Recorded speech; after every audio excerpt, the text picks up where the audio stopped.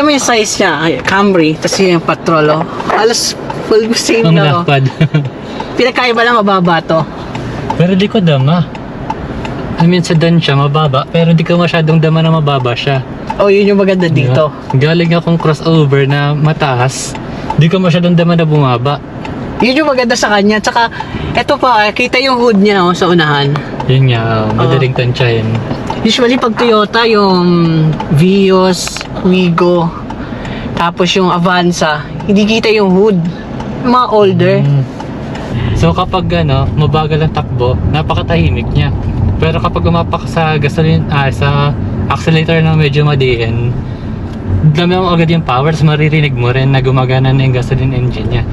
Hindi siya masyadong matagtag Hindi ko naman nag-shift. Nag-shift po ba to? Nagsisimula lang maramdaman sa Smooth lang talaga. Napaka-smooth, di ko maramdaman na nag-shift siya.